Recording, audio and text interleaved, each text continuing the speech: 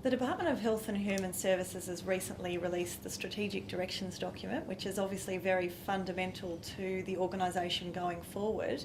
How is it also very important for community sector organisations? Yeah, so this Strategic Directions document, which we've recently issued, as you say, is built on the Tas Health Plan, which is now 2 years in. But in addition to that, we've been building up a whole range of other strategies as we've moved forward. And we're now left with future health and future communities. And embedded within future communities, we have the strategic plan for the Office of the Community Sector, which is actually now starting to set out a very clear direction for our relationship with the community sector. And it's fundamentally building on three elements: the finance and performance of all those agreements that we have, the quality and safety agenda that we believe that we are purchasing through those contracts, and also the partnership arrangements. And that's something we've already spoken to. Three fundamental new elements to the way we're doing business with the community sector. You talk consistently about the need to integrate services to make them easier for Tasmanians to access. Yeah. Can you tell us a little bit more about what you mean? So I think this is a really important principle. So many times in my career, and I'm sure people listening to this will have experienced or had feedback like this, about a client or a patient coming in, let's say, a hospital, and just looking at the signs and wandering around thinking, well, where should I go? Where do I need to go to next? Or being directed somewhere, or, sat at home thinking, I wonder where I can get support for the particular issues that they're facing, whether it's a child and family issue or a disability issue or needing access to healthcare. And what I'm really clear about is that as Department of Health and Human Services, as caregivers, as providers of services, it's our job actually to help people navigate the system. What role do community service organisations have to play in this? How important is their role?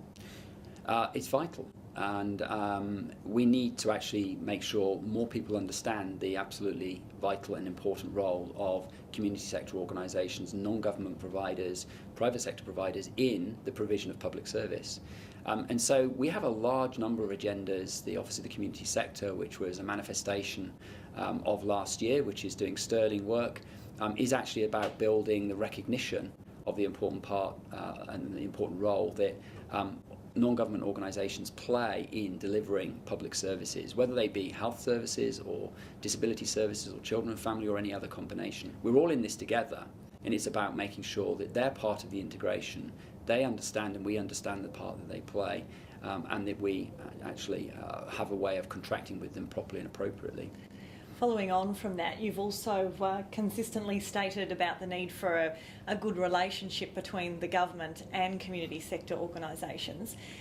How would you describe the relationship that you want to see moving forward? Yeah, and I think that's really important, because a good relationship does not mean that we always all have to agree. A good partnership is about the ability for us to talk, to actually agree policy and practice, and to get on with the job.